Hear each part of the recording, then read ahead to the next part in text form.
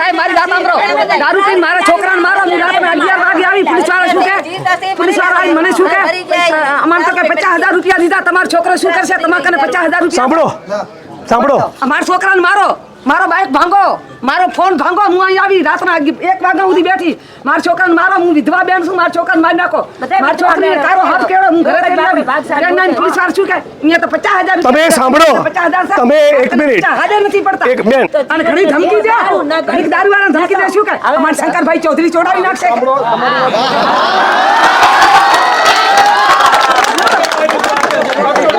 છોકરા એકટીવા લીધ. મારા છોકરા એકટીવા લીધા. છોકરા એકટીવા ઘોડાવે. શું કહે? અમારા શંકરભાઈ ચૌધરી છોડાય એટલે અમે શંકરભાઈ ચૌધરીને વોટિંગ દઈને અમારા છોકરા મારવાનું ચડાયા હતા.